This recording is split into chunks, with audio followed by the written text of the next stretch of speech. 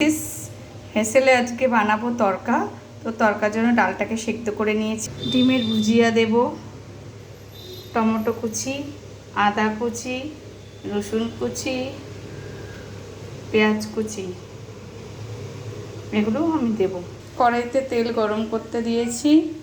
এর মধ্যে একে একে পেঁয়াজ কুচি, টমেটো কুচি, আদা কুচি, রসুন কুচি দিয়ে দেব। কড়াইতে দিয়ে দিয়েছি। এবার আমি এগুলোকে ভালো করে ভাজা ভাজা করব।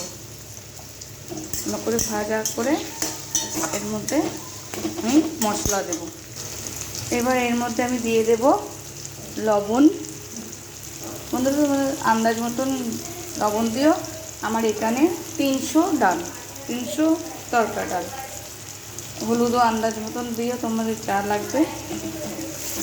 আমার 200-300-র মধ্যে যেটুখানি লেগেছে আমি দিলাম। এইভাবে ভাজা ভাজা করে নেব।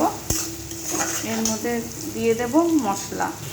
এগুলো দেখো তরকা মশলা দিয়ে দিচ্ছি।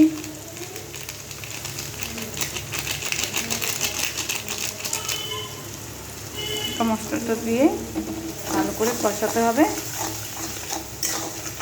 এবারে আমি ডালটাকে দিয়ে দেব।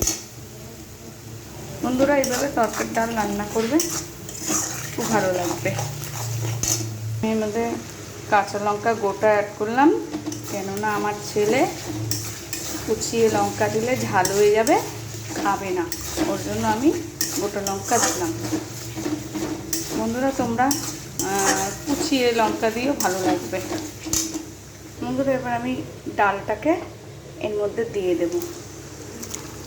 ডালটা এর মধ্যে দিয়ে দিলাম। এবার দেওয়ার পর এখানে ভালো করে ডালটাকে নাড়াচাড়া করে দেবো। বন্ধুরা এই ডাল টকবক করে ফুটছে। এবার আমি এর মধ্যে দিয়ে দেব ডিমের ভুজিয়াটা, ঝুড়িটা আর কি। এটা দেওয়া হয়ে গেলে একটু নাড়াচাড়া দিয়ে আমি নামিয়ে ফেলবো। বন্ধুরা আমার তরকা রান্নাটা ভালো লাগলে তোমরা আমাকে একটা সাবস্ক্রাইব করে দিও, বেল আইকনটিটা ক্লিক করে দিও, কমেন্ট বক্সে কমেন্ট করো কেমন হয়েছে আমার তরকা রান্নাটা। ঠিক আছে বন্ধুরা, ভালো থেকো, সুস্থ থেকো। Bye bye, tata.